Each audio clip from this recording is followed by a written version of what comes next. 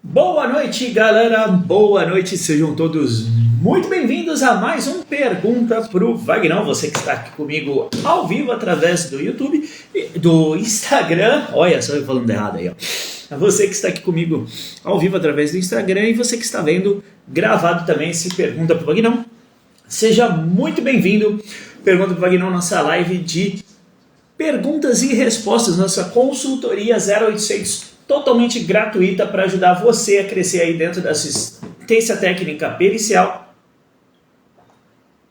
na sua atuação como perito particular e aí ganhando dinheiro com assistência técnica pericial, aumentando o faturamento da sua consultoria, da sua assessoria aí, né? E sem aumentar os seus custos, né? Assistência técnica pericial tem esse poder de você não ter, você tem uma atuação sem aumentar os seus custos, conseguindo aumentar o seu faturamento. Então sejam todos muito bem-vindos. Meu nome é Wagner Costa, sou engenheiro de segurança do trabalho e há mais de 10 anos atuo prestando assistência técnica pericial, atuando como perito particular de empresas e empregados.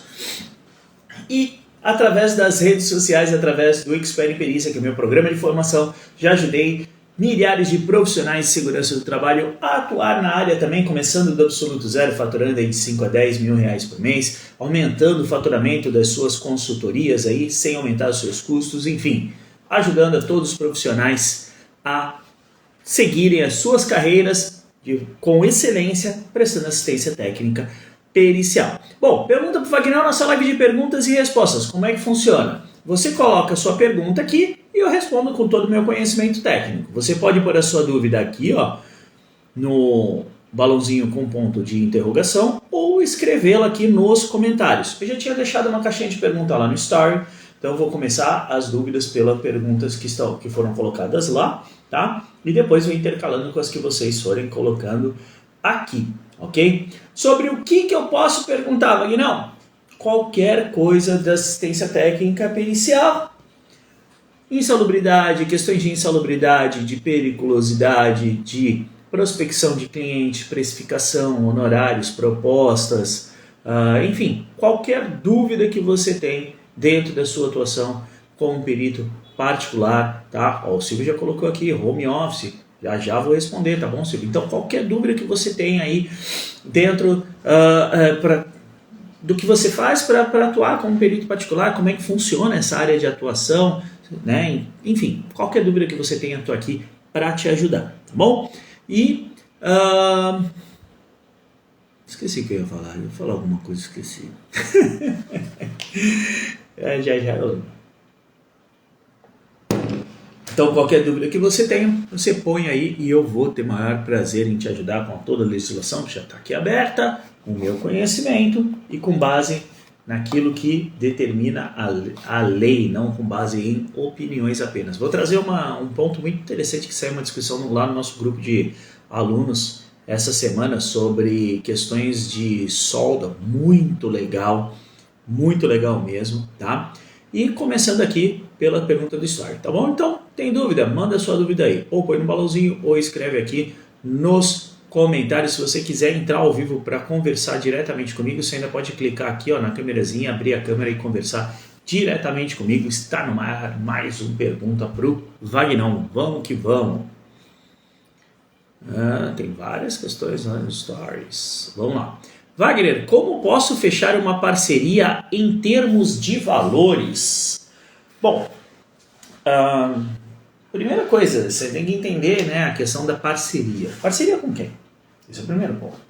Parceria com um advogado, parceria com uma empresa de contabilidade, parceria com uma assessoria de segurança do trabalho, uma consultoria, parceria com outros profissionais para compartilhar, né, os serviços. Que tipo de parceria? Esse é um ponto, tá? Então esse é um ponto. Então entender qual é o tipo da parceria primeiro que você vai fechar. O que você vai tratar nessa parceria? Né? É para você atuar na assistência pericial? É para você fazer a prospecção de clientes para um parceiro atuar? É para vocês dividirem aí os serviços? Então, a primeira coisa, tem que entender o que é essa parceria. Sem entender o que é a parceria, fica difícil a gente entender, né, a questão de valores. Tá? Mas vamos lá. Vamos dizer que você fez todo o trabalho de prospecção de clientes. Tá? Você fechou ali uma demanda com um cliente, tá? Fechou ali a contratação para você ser responsável por uma perícia de um cliente. Só que esse cliente não é na sua cidade, na sua região. É fora. E aí você tem um alto custo para se deslocar até o local que não vale a pena. Então você vai ter uma parceria com um profissional local para poder acompanhar a perícia para você lá. Então, você vai definir qual vai ser o escopo de trabalho dessa parceria. Esse parceiro, ele vai fazer tudo e você vai gerenciar apenas, ou ele só vai acompanhar a perícia, elaborar um parecer técnico e você vai fazer as demais atividades. Tá? Se ele for fazer tudo, tá? O que eu indico normalmente é você ter ali uma divisão 50-50. Tá? Por quê? Porque você teve o trabalho de prospectar o cliente, você teve toda essa demanda de serviços, né, para que aquela perícia ocorresse. A pessoa vai fazer a perícia, então metade do trabalho é seu, metade do trabalho é dele. Metade do faturamento é seu, metade do faturamento é dele. Ah, Wagner, mas eu tenho custos por conta da emissão de nota fiscal e tal. Ok, negocia, de repente 60-40 para cobrir esses custos, tá? Então, você pode negociar nesses termos. Ah, não, ele só vai acompanhar a perícia e fazer o parecer técnico, ou fazer um relatório para eu elaborar o parecer técnico. Aí você vai definir o valor ali de acordo com o trabalho a ser realizado. Tá? Mas a parceria, ela tem que ser interessante para os dois lados. Esse é o principal ponto. Né? A parceria tem que trazer benefícios para os dois lados. Tá? Não adianta trazer só trabalho, não adianta tem que trazer benefícios. Tá? Então, quando você faz parceria com um advogado, por exemplo, qual que é o benefício para o advogado? Tem alguns. Primeiro, uma atuação especializada em assistência pericial, que o advogado não tem. Segundo, o advogado não precisa se preocupar com as questões da perícia, ele pode focar nas questões do processo e em outros processos que ele tem, porque esse tempo que ele ia dedicar para a perícia, ele não vai precisar dedicar, ele pode fazer outras coisas, inclusive prospectar mais clientes. Terceiro, qualquer resultado favorável que você produza na sua atuação é dinheiro que você está colocando no bolso do advogado. Sim. Por quê? Vamos lá. Vamos dizer que o advogado fechou um contrato ali com o cliente dele de que 20% do que o cliente dele ganhar, o advogado vai receber de honorários. É muito comum isso. Tá? Então, se a pessoa teve ali no processo o pedido de 100 mil reais, 20 mil reais ele vai pagar para o advogado. Ok? No final do processo, o advogado recebe um percentual. Se na sua atuação você conseguir ter um resultado totalmente favorável para o seu cliente, por exemplo, faça com que o seu cliente ganhe ali um adicional de insalubridade de 27, em grau médio durante 5 anos, que vai dar ali cerca de R$ 27.500, 20%, nesse exemplo que eu estou usando, o advogado recebe desse valor. Então, você está colocando no bolso do advogado R$ 5.500 pela sua atuação. Então, é uma vantagem muito grande para o advogado ter um assistente pericial. Por quê? Porque ele vai ganhar dinheiro com isso. É isso que muitas vezes os profissionais do direito não entendem. Falam, é caro ter um assistente. Não é caro. O resultado que o assistente vai gerar é dinheiro dentro do teu bolso. Entendeu? Então, a parceria, ela tem que ser vantajosa para os dois lados, tá? Então você tem que explorar junto ao seu cliente como posso fechar uma parceria, explorando junto ao cliente o que ele vai ganhar se associando, fazendo uma parceria com você. Esse é o ponto. Qual é o benefício para ele se juntar com você, ter uma parceria com você? Se você conseguir definir isso para o seu cliente, para o seu parceiro, fica fácil de viabilizar uma parceria. Galera que chegou depois, quem quiser dúvida, coloca no balãozinho aqui ou escreve no comentário aí. Vai mandando as dúvidas aí que eu vou respondendo por aqui. O Silvio comentou aqui, ó, Wagner, agradeço muito pelo curso, excelência. Terminei os módulos ontem, parabéns, Silvio. Sou técnico e tenho SST, gostaria de saber sobre a atuação home office. Bom, atuação home office, basicamente, Silvio, é a atuação que você vai trabalhar à distância, tá? Então, você vai prestar serviços que você não precise estar presencialmente no local de prestação de serviços. Que nem semana passada, por exemplo, uma advogada entrou em contato comigo e falou, olha, preciso impugnar um laudo pericial. Eu falei, ok, doutora. Custa R$ 2.200. Ela falou, você consegue fazer? Eu falei, consigo. Fechamos a contratação, uma contratação rápida, no mesmo dia ali, uma troca de e-mail ali, uns 3 e-mails para lá, para cá, já definimos a contratação. Ela, deixa eu ver daqui, da onde que é, que eu não lembro nem de onde que é. Tem aqui fácil.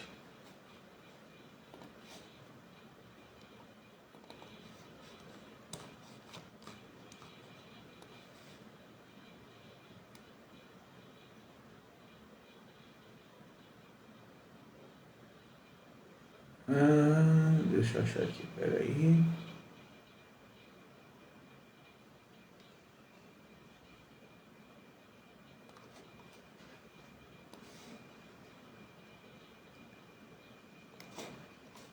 Brasília.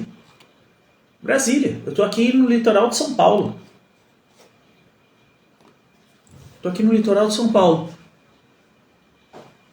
Analisei o laudo pericial, analisei as informações do processo, fiz a contestação e mandei para ela lá em Brasília, né, de acordo com o prazo que ela tinha me passado. Então, a atuação em home office, ela é uma atuação de um serviço que você faz à distância, que você não precisa estar fisicamente no local onde está ocorrendo os fatos. Tá? Normalmente, esse tipo de atuação, você vai fazer o quê? Quesitação, quesitos, impugnação de laudos periciais, assessoria técnica, análise de documentação, análise de processo, para viabilizar ali, entrar com um processo ou, né, se tem chances de defesa para ser confeccionado, por exemplo, um acordo, até mesmo perícias que são feitas de forma virtual. Então, a atuação em home office, você está longe do local. E pode ser... deixa eu ver aqui quem foi que perguntou. Esqueci quem foi que perguntou. Foi o Silvio. E pode ser, Silvio, que você feche uma atuação até mesmo para uma perícia. Onde você vai atuar de home office, à distância. E vai ter um parceiro, como eu comentei, estava falando de parcerias agora. Vai ter um parceiro que vai estar lá na localidade fazendo a perícia. E você vai estar à distância, em home office, fazendo a sua atuação. Tá? Então, a atuação em home office são serviços que você pode prestar à distância, sem ter que estar presente. E qual a vantagem de atuar em home office? A vantagem é que você expande a sua lorem. Lá no curso, a Thaís explica o que é a lorem, que é a sua área de atuação. Você expande a sua lorem, você sai do centro e vai para a periferia da sua lorem. Tem numa atuação nacional. Então você pode atuar para qualquer lugar do país. Olha o quanto você pode aumentar os seus clientes. Então a atuação remota tem diversas vantagens nesse sentido, né? Você pode trabalhar em qualquer horário, por exemplo. Você pode trabalhar à noite, de madrugada, no fim de semana. Você não tem custos. Os custos é o custo da sua casa. Mas eu tenho um custo do meu escritório, Wagner. Ok, mas é um custo que você já tem. Você não tem nenhum custo adicional por conta desse tipo de serviço.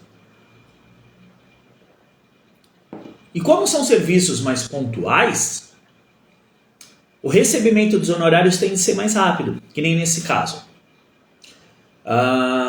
Eu fechei com a advogada aqui, deixa eu ver aqui o dia certinho, foi dia 22 de março, né? Fiz a proposta, R$ 2.200. Falei, olha, pagamento para 5 dias, né? Aí ela falou, olha, para mim o valor está ok, só que eu só consigo pagar para você no dia 12 de abril. Tem problema para você? Eu falei, o pagamento é à vista? É à vista. Então não tem problema. Dei ali mais cerca de 10 dias, né, 15 dias para ela me pagar e tá tudo certo, não tem problema nenhum. Tá? Então, o recebimento é rápido. Nesse caso aqui, vão ser da data da contratação 20 dias para receber o valor dos honorários. Tá? Então, a atuação remota tem essa vantagem também de um recebimento rápido dos honorários. Tá bom? Então, prospecção de clientes a nível nacional, serviços mais rápidos, tá? Que você pode fazer da sua casa e com recebimento rápido dos honorários, um custo zero praticamente, e o valor do honorário entra cheio, né? Eu vou pegar mais uma daqui só para não ficar muito para trás, para eu poder, senão depois eu me perco aqui, tá? Depois eu volto para as que foram deixadas lá no Story. Que o curso é excelente. Obrigado, Luiz. Ô Silvio. O Luigi aqui, ó. Caso o perito adote uma posição errônea em relação a um determinado ponto que favoreça meu cliente, devo me omitir em corrigir esse perito? Bom, o seu trabalho, Luigi, é de fiscalizar a atividade do perito, tá? Porém, você não tem nenhum termo de compromisso, ok? Você está lá para defender o seu cliente. Você foi contratado para defender o seu cliente. Tanto que o Código do Processo Civil é muito claro nisso, né? O assistente técnico é um profissional de confiança da parte. O perito adotou uma posição errada. E isso favoreceu o seu cliente. Você vai se omitir? Não é se omitir. Você não precisa corrigir o trabalho do perito. A parte contrária é que deve fazer isso. Caso contrário, Luigi, você vai estar prejudicando o seu cliente. O seu trabalho não é prejudicar o seu cliente. O seu trabalho é, dentro de uma atuação honesta, falando a verdade de forma íntegra, você gerar o resultado para o seu cliente. Agora, se o perito errou em algo, não é responsabilidade sua, é responsabilidade dele. Quem tem que cobrar sobre este erro é a parte contrária. É a parte que foi prejudicada pelo erro do perito. Mas a parte contrária não tem um assistente pericial. Paciência, tivesse contratado um. Não é sua responsabilidade corrigir os erros do perito, a não ser que prejudiquem o seu cliente. E isso não é se omitir. É simplesmente você atuar com foco no resultado que você tem. Atuar com foco nas suas responsabilidades. Afinal, o que a gente espera de um profissional que se autodenomina perito é que ele não cometa equívocos, né? Que ele faça uma análise íntegra, idônea, isenta e livre de vícios, falhas e erros. Foi ele que se colocou na condição de perito, certo? Então, não é sua responsabilidade isso. Se o cliente erra alguma coisa, prejudica o meu cliente? Não. O problema é do perito, o problema é da parte contrária. Não é minha responsabilidade. Essa não é minha responsabilidade. Se tem alguma coisa aqui que prejudica o meu cliente, eu vou falar, porque aí sim é minha responsabilidade. Cada um com a sua responsabilidade. Isso é o senso de autorresponsabilização, certo? Então não tome para você responsabilidades que não são suas.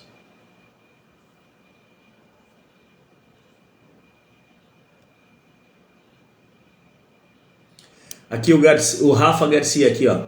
Essa contratação home office foi fechada antes de analisar o laudo? Sim, Rafa, foi fechado antes de eu analisar o laudo. Tá?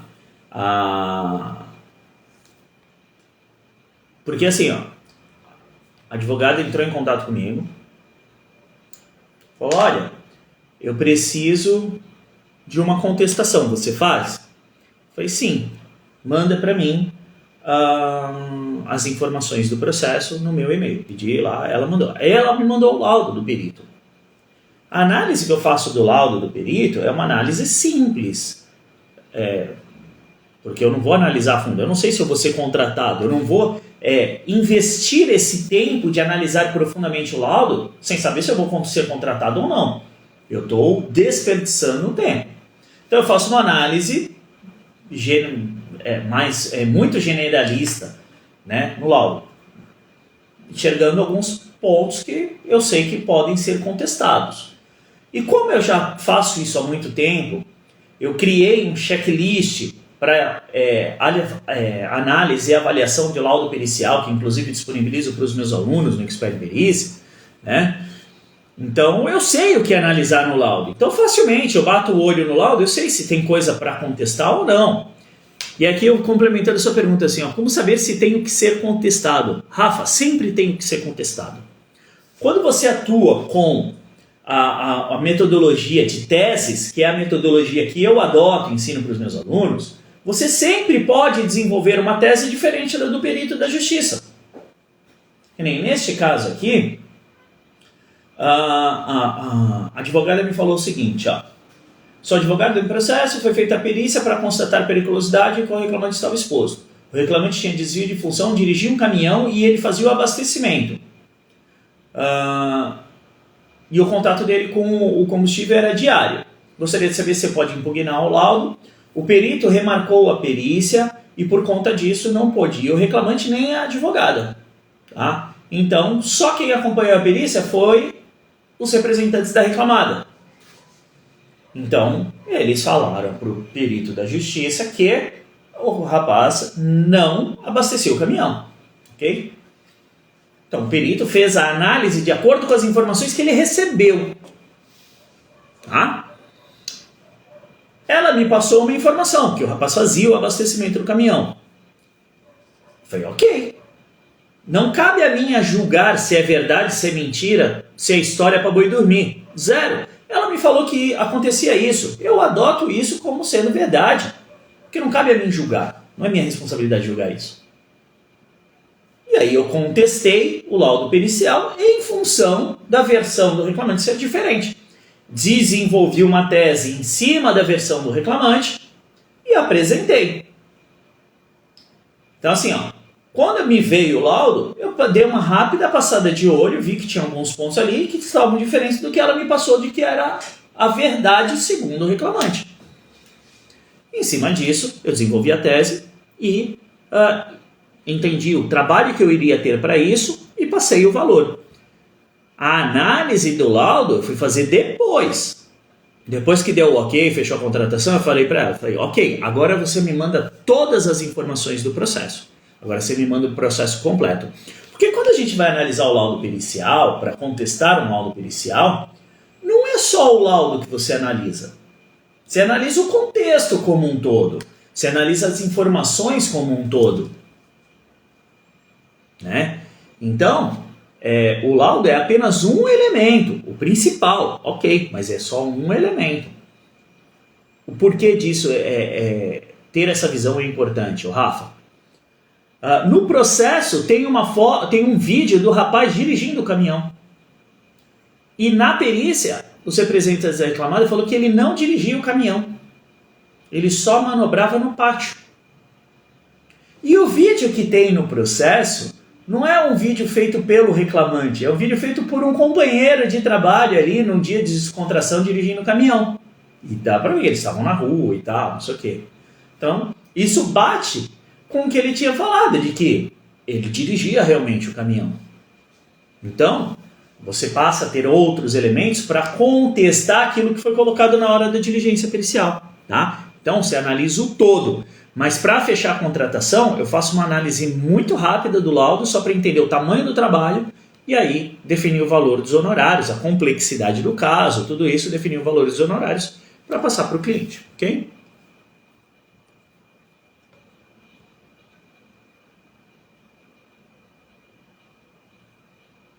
Aqui o Luigi complementando. A ideia de corrigir o perito é alertar para que a outra parte não tenha argumentos para contestar. Então, Luigi, mas aí você está dando o argumento para a outra parte.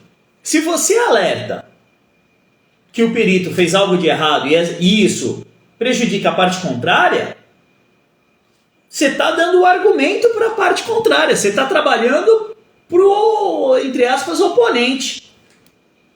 Não faz sentido, ok? Galera que chegou depois, se quiser dúvida, ó, balãozinho ou comentários. Vou no balãozinho agora.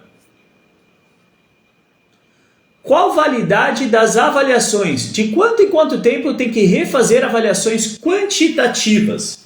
Bom, não existe um prazo definido para refazer avaliações quantitativas. Muita gente fala, não, o LTCAT tem que renovar todo ano, o laudo de insalubridade tem que renovar todo ano. Todo ano tem que fazer avaliação quantitativa. Isso é conversa para boi dormir, tá? Por quê? Se não houve alteração nos métodos, processos de trabalho, características do ambiente, por que você tem que fazer avaliação todo ano? Então, não tem validade as avaliações. O que você tem é um programa de prevenção, programa de gerenciamento de riscos. Eu tenho uma máquina que ela emite ruído. Um motor lá, emite ruído. Ok. Esse motor começou a funcionar. Daqui a 1 ano, é o mesmo nível de ruído que ele faz? Daqui a 2 anos é o mesmo nível de ruído? Daqui a 3 anos é o mesmo nível de ruído? Daqui a 4 anos é o mesmo nível de ruído? Pode ser. O que vai me garantir de que esse motor continue funcionando assim como ele era novo? Todas as manutenções. Então, é feita manutenção preventiva e corretiva no motor? Existe um plano de manutenção? Não existe, só faz quando dá o problema. A sua avaliação ela deve ser mais curta. Por quê? Porque não é feita uma manutenção no motor para que o motor funcione corretamente. Não, é feito a cada 6 meses para o motor, abre, troca componentes e tal, não sei o quê. Por que você vai precisar ficar avaliando a cada ano o nível de ruído emitido por esse motor? Não há necessidade. Então, programa de gerenciamento de risco é justamente para isso. Assim como o inventário de insalubridade. Inventário de insalubridade é justamente para isso. Você analisa as possíveis condições insalubres. Aí você faz o laudo de insalubridade em cima disso. No ano seguinte, você vai revisar o laudo de insalubridade? Não, você vai revisar as condições. Olha, essa condição aqui se alterou. As demais não. Eu faço a revisão do laudo somente para a condição que se alterou.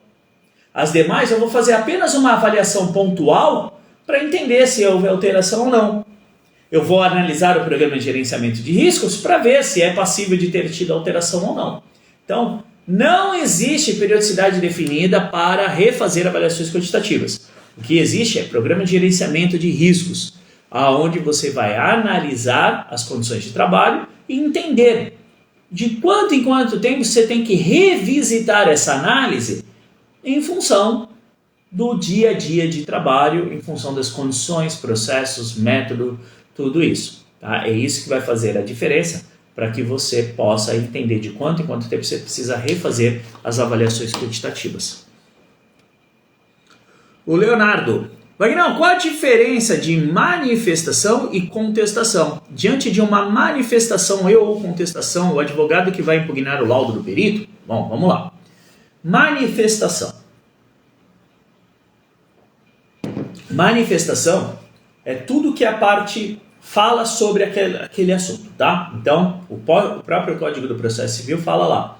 Depois que o perito entrega o laudo pericial, as partes poderão se manifestar sobre o laudo, tá? No prazo de 5 a 10 dias. Em até 10 dias. Ok?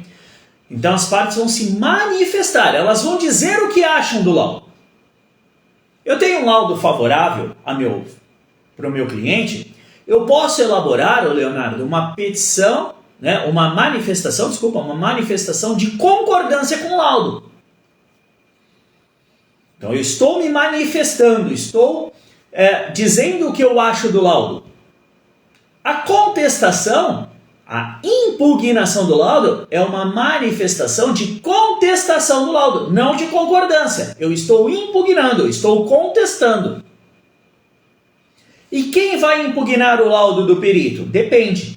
Se você, assistente técnico, está indicado, nomeado nos autos do processo, a impugnação vai sair no seu nome. Agora, que nem neste caso, a advogada me contratou somente para impugnar o laudo do perito. Eu não estou indicado como assistente técnico no processo. Eu apenas fui contratado para impugnar o laudo do perito. O que eu faço? Eu faço a manifestação de impugnação num modelo genérico, sem ter ali as informações, por exemplo, da minha empresa, sem ser o meu papel timbrado, e coloco as informações da advogada, porque quem vai apresentar é a advogada. Então a impugnação é feita por mim, mas sai em nome da advogada. Existem advogados que até colocam, não, põe o seu nome e põe o meu também. Você como elaborador e eu como aprovador. Ok, também está tudo bem. Porque é uma manifestação, é da parte. Então, que nem nesse caso. Qual era a parte? O reclamante está se manifestando através de uma contestação para impugnar o laudo do perito. O reclamante está se manifestando para contestar o laudo. Como que o reclamante está se manifestando? Através dos seus representantes. Advogada, e se ele tivesse um assistente técnico, seu assistente técnico. Essa semana eu tive uma perícia que o perito virou para mim, né?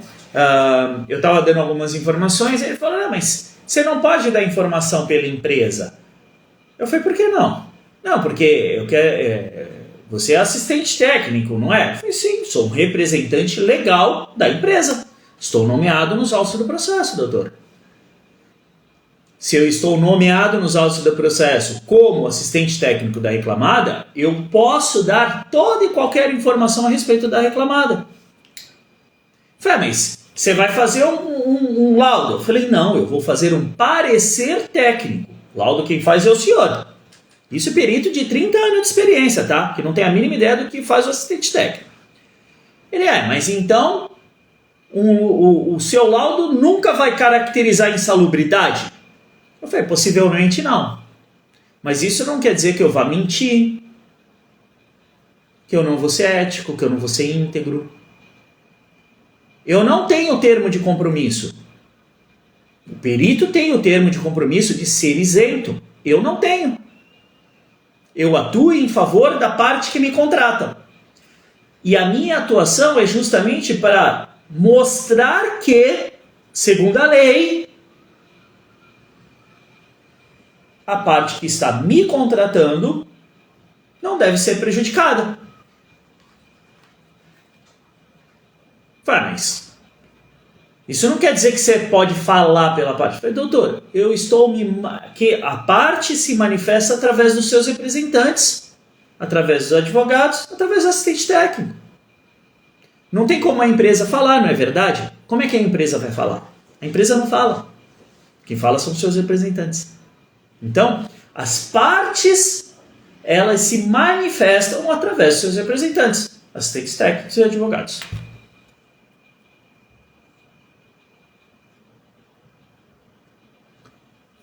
Vamos aqui no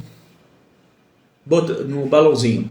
Uma empresa com avaliação de negro de fumo de 2007 é válido para atividade realizada em 2020? Sim, por que não?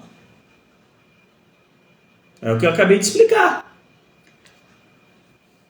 Houve mudanças significativas no processo de trabalho, no método de trabalho, nos equipamentos utilizados? Não. Desde 2007 é feito do mesmo jeito. O ambiente não muda. Por que a avaliação não é mais válida? Não tem sentido isso. Ok? Então, Você precisa refazer uma avaliação a partir do momento que houve alteração que justifique essa avaliação nova. Por exemplo, lá foi instalado um novo equipamento. Opa, precisa refazer. Aumentamos a produção. Em 2007, a produção era de 10 toneladas ao ano. Em 2024, é de 30 toneladas ao ano. Mudou o ambiente.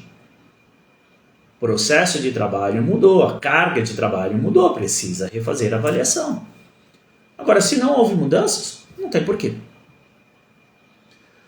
O Luigi, caso as informações da FISPIC divirjam do PGR em relação aos EPIs adequados e a empresa adote os do PGR, poderei alegar uso indevido pela divergência da FISPIC? Sim, Luigi. Então, vou explicar aqui. Vamos dizer, você tem a FISPIC de um produto químico e lá fala que tem que usar luvas nitrílicas, ok? E a empresa não utiliza luvas nitrílicas. Lá fala que tem que utilizar luvas de cano longo. E a empresa não utiliza luvas de cano longo. Lá fala que tem que utilizar óculos contra respingos. E a empresa adota um óculos contra impacto. Ok? Por que a empresa adotou um equipamento de proteção diferente do que o próprio fabricante do produto está dizendo que precisa ser utilizado para manusear o produto? A empresa precisa justificar isso.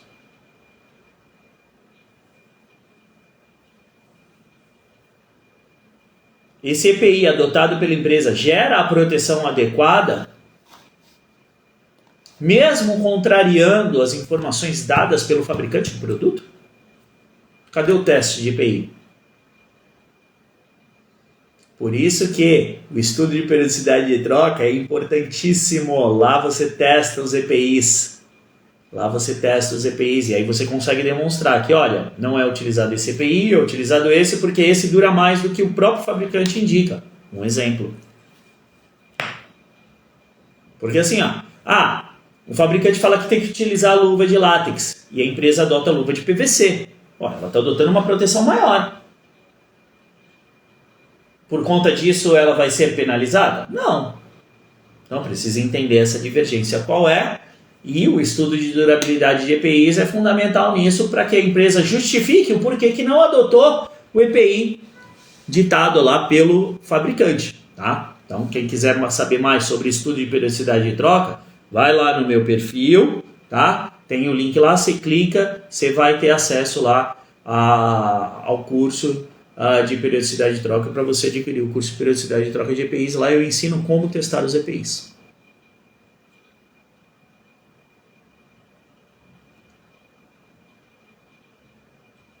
Alertar em off o perito? Luigi, não seja babá de perito, Luigi. Alertar em off que o perito errou? Azar o dele. Porque ele não vai fazer nada para ajudar o seu cliente, Luigi. Você não tem que ser amiguinho do perito. Mas somos colegas de profissão. Que colega de profissão? Que? Cada um só olha o seu. Não existe isso. Dentro da perícia não existe isso. Você já viu algum perito deixar de fazer uma caracterização forçada só porque você é engenheiro como o perito? Não sei se é o seu caso. Mas não existe isso não, Luigi. O perito tem a responsabilidade dele. E ele ganha para isso. Então esquece isso. Esquece. O seu compromisso é com o seu cliente, que é quem está pagando os seus honorários, não com o perito.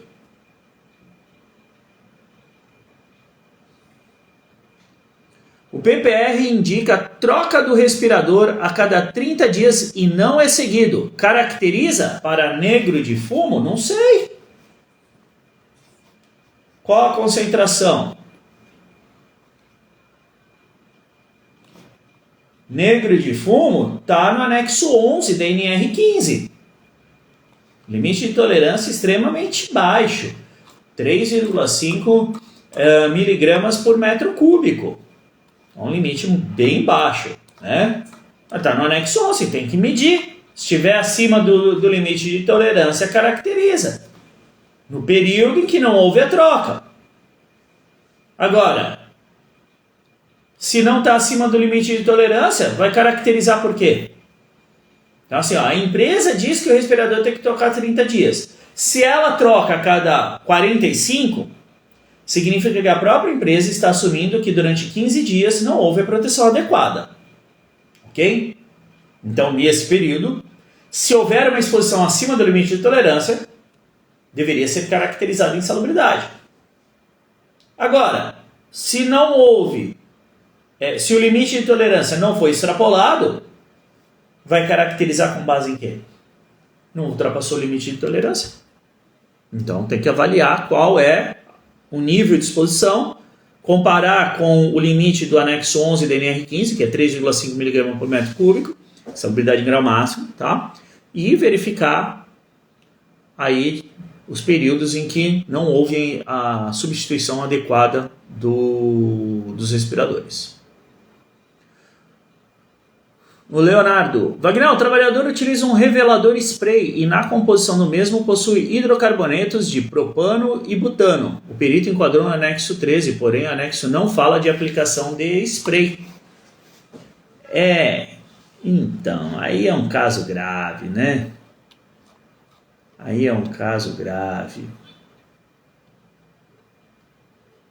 Mesmo porque o butano tem limite de tolerância lá no anexo 11.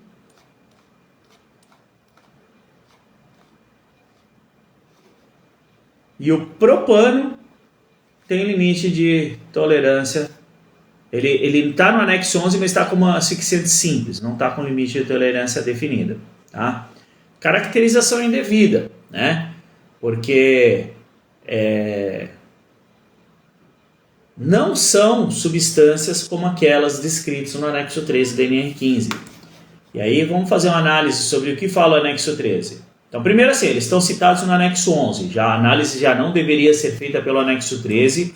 E o próprio título do anexo 13 fala: relação das atividades e operações envolvendo agentes químicos considerados insalubres em decorrência de inspeção no local. Excluam-se dessa relação as atividades ou operações com agentes químicos constantes no anexo 11 e 12. Propano e butano são constantes no anexo 11. Então, a caracterização já é indevida por aí. Quando a gente vai lá em hidrocarbonetos e outros compostos de carbono, fala lá: manipulação de alcatrão, breu, betume, antraceno, óleo mineral, óleo queimado, parafina ou outras substâncias cancerígenas afins. Substâncias cancerígenas semelhantes, que se assemelham, que são similares às substâncias apresentadas. Alcatrão, breu, betume, antraceno, óleo mineral, óleo queimado, parafina, são todos hidrocarbonetos pesados, de cadeias carbônicas enormes, com alto grau de impureza, características cancerígenas. Propano, butano, CH3, CH4 são gases. São gases. E não exige previsão legal no anexo 13 da NR15 para caracterização da insalubridade por gases. Gases inflamáveis, né?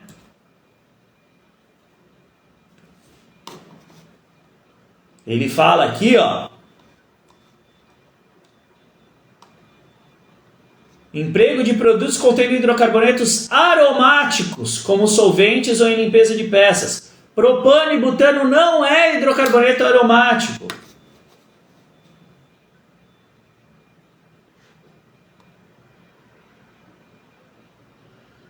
Não é hidrocarboneto aromático. Então, não tem previsão legal.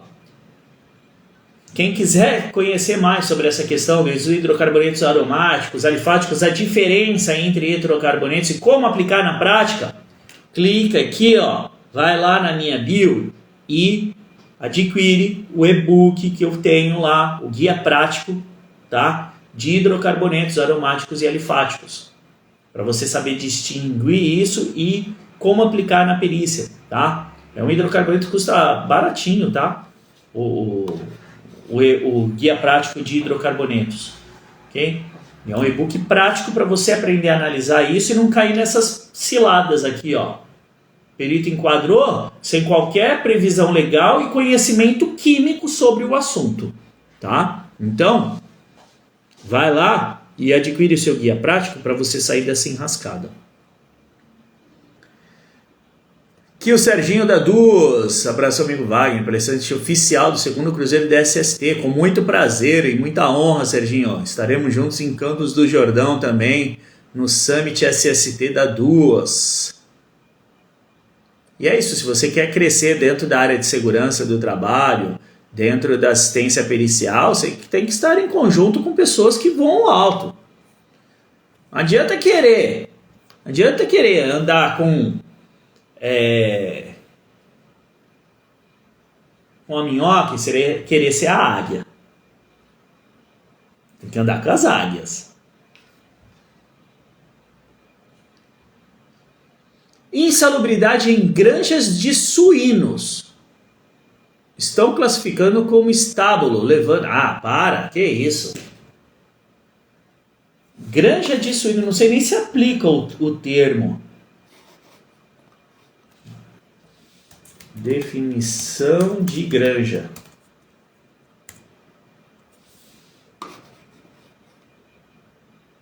Não, tá certo. Definição de granja. Pequena propriedade rural em que se explora uma atividade agrícola em escala pequena.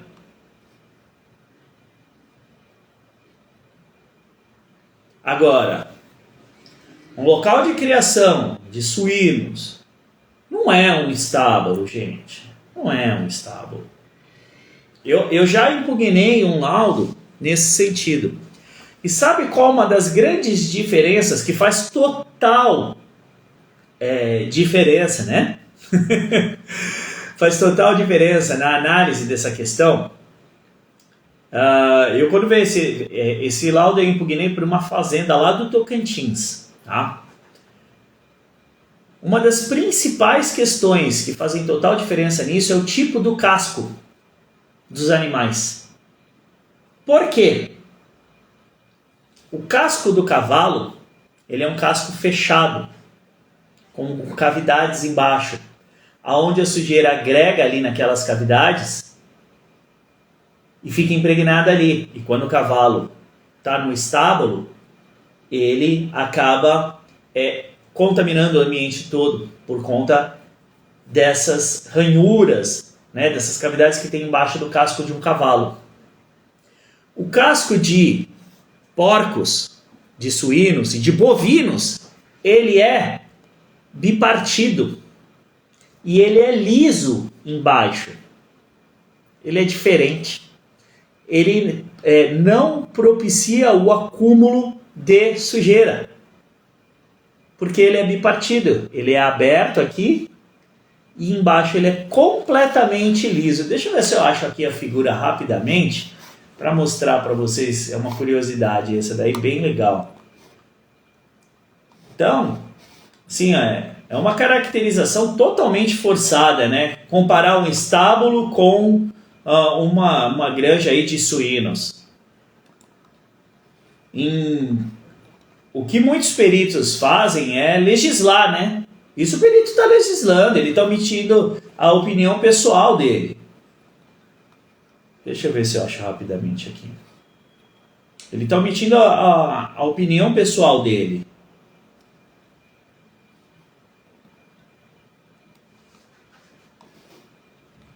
Quando a norma foi elaborada, a NR15, lá em 77, 78, né?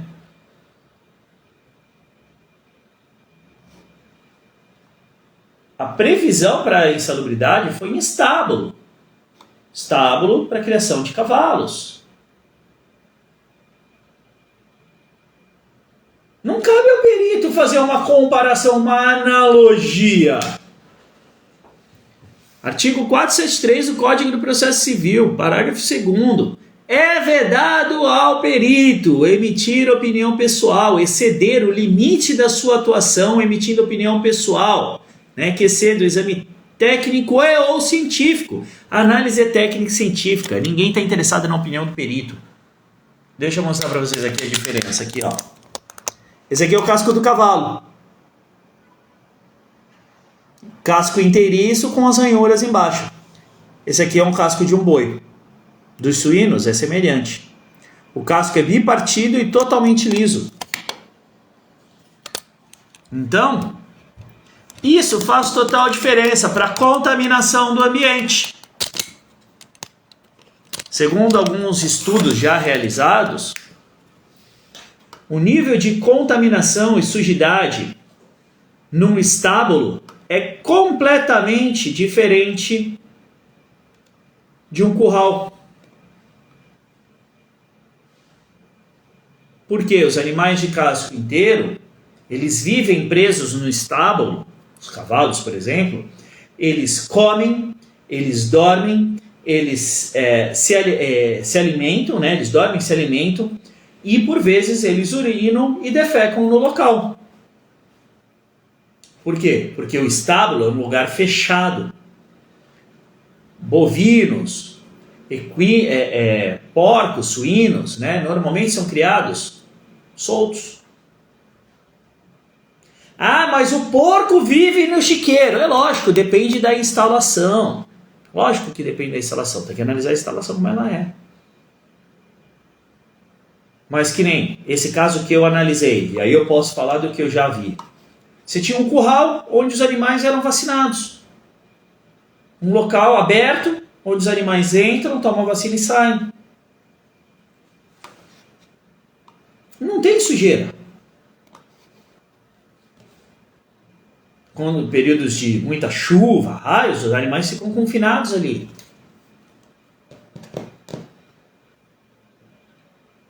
É diferente, por exemplo, quando você tem ali um curral, né, que aí sim funciona como um estábulo, onde você tem uma vaca que está presa porque ela está com um filhote recém-nascido. Aí o ambiente fica sujo, realmente. Então tem que analisar o ambiente, mas tem uma diferença grande entre os cascos e isso faz total diferença na análise, tá?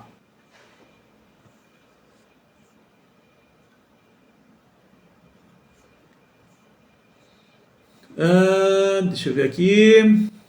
Galera, estamos finalizando já a pergunta pro Vagnão, hein? Tem pergunta, manda aí. A gente vai até as 9. O Luigi, caso o meu PGR possua uma informação que me favoreça e outras que me prejudiquem, posso usar parte do documento para me respaldar? Ou serei obrigado a usar o documento completo? Luigi, você apresenta o que você quiser para o perito. Se não quiser apresentar nada, não apresenta.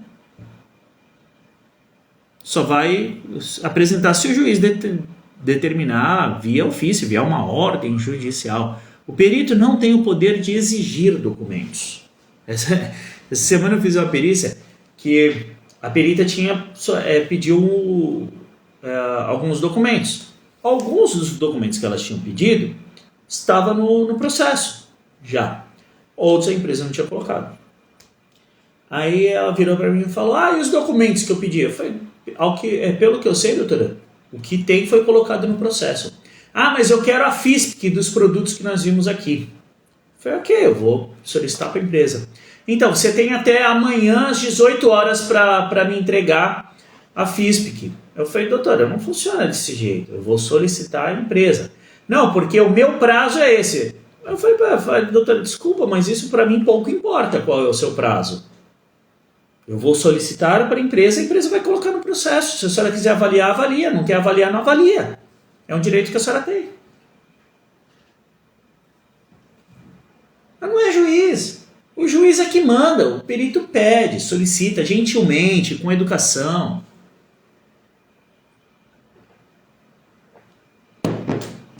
O juiz manda. É diferente. Quando eu falei isso, que para mim não fazia diferença, a exigência dela, ela fez assim. Não, mas... Eu falei, doutora, a empresa vai colocar no processo. Se a senhora quiser avaliar, avalia. Obrigado. Finalizei a perícia, então. Eu falei, tá bom.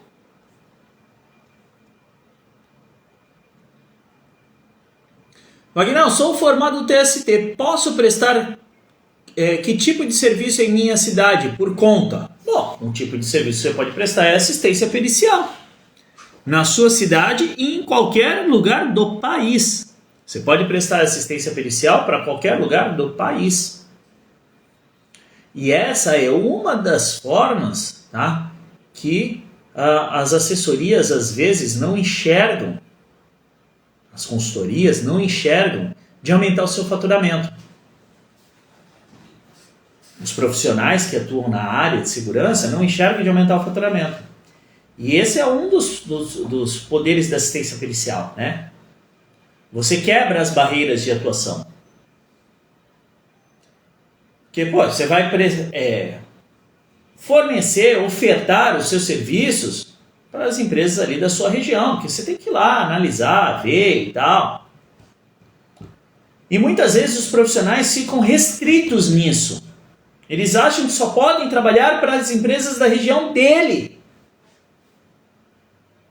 Ele não enxerga que ele pode abrir o leque através de serviços que podem ser feitos de forma remota ou através de parcerias e quebrar as barreiras geográficas, prestando serviço para qualquer lugar do país.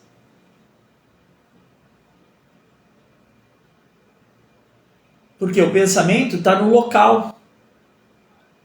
Está só ali onde ele consegue enxergar. Agora, e todas as outras empresas que existem, que estão fora de onde ele consegue enxergar? Por que ele não atua para essas empresas? Quando eu faço essa pergunta, a grande maioria não sabe responder. Fala, porque é longe. Ok. Mas se você tem um braço distante, por que não? Você consegue aumentar o seu faturamento. Talvez você não vai ganhar tanto quanto você iria ganhar numa empresa próxima sua, porque você vai ter um braço local para te ajudar, você tem que pagar por esse serviço, mas você aumenta o seu faturamento.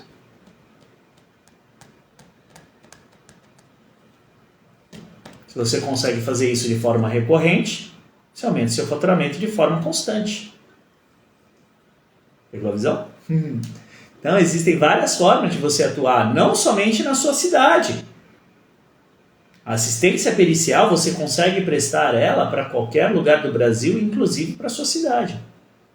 Dentro do meu curso de formação, nós ensinamos a técnica da Loren, que é justamente de como você abre, como você expande a sua atuação para não ficar preso, restrito aonde você está. É por aí que você consegue aumentar o seu faturamento sem aumentar os seus custos, sem precisar, às vezes, ter até mais funcionários. O seu custo da sua empresa continua o mesmo, porque você vai ter apenas um custo relacionado àquele serviço. E você faz mais com o que você já tem, aumentando o faturamento. Bom, galera, das perguntas que tinham aqui no balãozinho, foi a última dos stories. Se alguém tiver mais alguma dúvida, manda aí, senão eu vou fechando a pergunta para o Vagnão de hoje, hein? 58 minutos já, agora já são 9 horas. Para quem quiser saber mais sobre a parte de hidrocarbonetos aromáticos, né, atuação nas perícias com agentes químicos provenientes dos hidrocarbonetos aromáticos, vai lá na minha bio, tem um guia prático para você entender como analisar os hidrocarbonetos aromáticos, para você melhorar a sua atuação, para saber sobre periodicidade de entrega de EPIs, periodicidade de troca, durabilidade, vida útil, como testar os EPIs, tem um mini curso de periodicidade de troca de EPIs. Se você ainda não é meu aluno, mas quer saber como faz prospecção de clientes, tem um mini curso de prospecção de clientes. Se você quer entrar no Expert em Perícia, você pode já começar com o curso de introdução, não precisa esperar a próxima turma. Recebi umas 2 perguntas no privado. Wagner, quando que é a próxima turma? Não sei, não tenho prazo para a próxima turma. Tem coisas que vão acontecer antes. Então, você já pode começar a atuar tendo acesso a um conteúdo introdutório, onde você já vai aprender algumas técnicas de atuação e prospecção de clientes, que é o curso de Introdução de Assistência Técnica Pericial. Então é só clicar lá na minha bio, você vai ter acesso ao curso de Introdução à Assistência Técnica Pericial, tá? Onde você já consegue começar a atuar e depois que você entrar para a formação completa, você ainda desconta o valor que você já pagou. Baita de uma vantagem. Você não precisa esperar a próxima turma, já começa e quando fizer o upgrade da capacitação, desconta ainda o que você já pagou. A introdução é R$ 397, gente. Baratinho. Então, quem quer faz. Quem quer arruma um jeito de faz acontecer. Ah, mas eu vou esperar a próxima turma. Por quê? Já começa a aprender agora, já vai se preparando, já começa a fazer uma prospecção de cliente. Vê se você já pelo menos consegue uma primeira perícia nesse período até chegar à próxima turma. Quando chegar à próxima turma, você desconta esse valor. A gente precisa parar de arrumar desculpa. Eu carrego essa pulseirinha aqui, ó.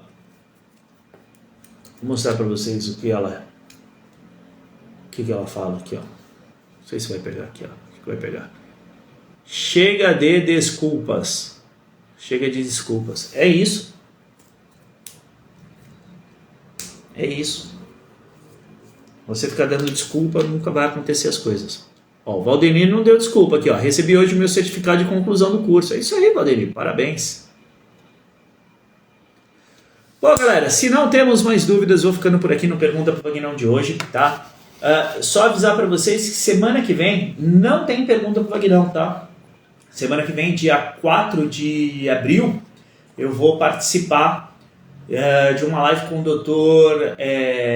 Tiago, tá? Dr. Tiago Pereira, do Advocacia na Prática, e a gente vai falar justamente sobre impugnação de laudos periciais, tá? Então, eu vou participar de uma live lá no perfil dele, então não vai ter Pergunta pro Vagnão na próxima quinta-feira, tá? Mas fica ligado que eu vou divulgar aqui também essa live com o Dr. Tiago,